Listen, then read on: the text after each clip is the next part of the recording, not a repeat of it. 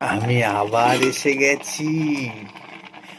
কড়াইশুঁটি ভাত দিয়ে একটা আইটেম বানাচ্ছি। একটু ওয়েট করো, দেখাবো সবাইকে। পরের ভিডিওতে লক্ষ্য করো। একটু কড়াইশুঁটি দিয়ে ভাতটা বানাচ্ছি, একটা নতুন আইটেম দেখলাম। কড়াইশুঁটিটা চুস্কি পোলাও করব, কিন্তু অরিজিনাল করতে পারবো না, এটা নকল চুস্কি পোলাও। তো এটা হোক, আর এটার সাথে একটা কষা কিছু দিয়ে খেতে হবে। সেটা কি করা যায় সেটা পরে দেখছি। এই হচ্ছে আমার ছোটোখাটো রাইসের স্ট্রাকচার।